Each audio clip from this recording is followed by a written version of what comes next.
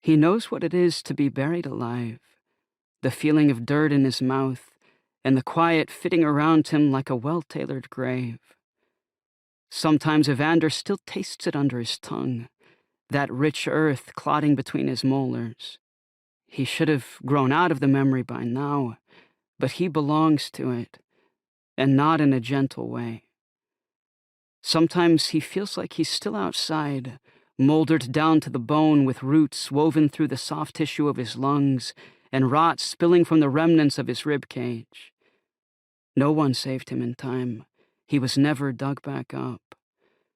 Maybe all that's truly left of him are white bones in the garden, and his ghost is the thing now rattling around the hollow expanse of this bedroom in the ancient, moth-eaten manor of Hazelthorn.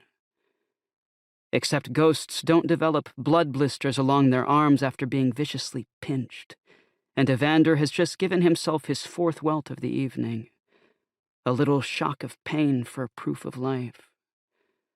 The grim sky has brought on an early twilight, and the gloom has put his mood through the floor. It gets to him sometimes, how lonely he is. Only the elderly butler flits in and out of his room every day, bringing doses of thick, milky medicine that makes Evander feel sluggish and dulled. He'll flop onto his bed and stare at the wallpaper until the pattern of dead-eyed fawns and bloody thorns stops spinning and the loneliness passes. Then he wakes, and it begins again. The same and the same and the same.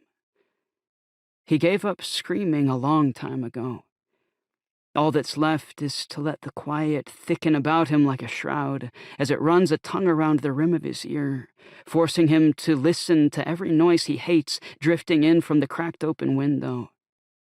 The hushed whispers of trees, the trill of night birds and cicadas as they flitter between the many-walled gardens, the humid breeze riffling the laurel hedgerows.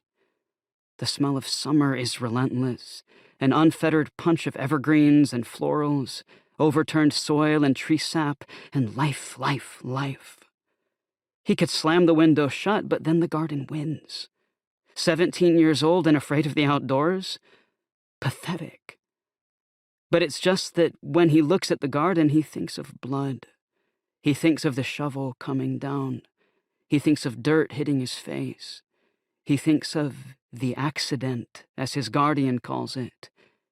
It was an attack, and you know it.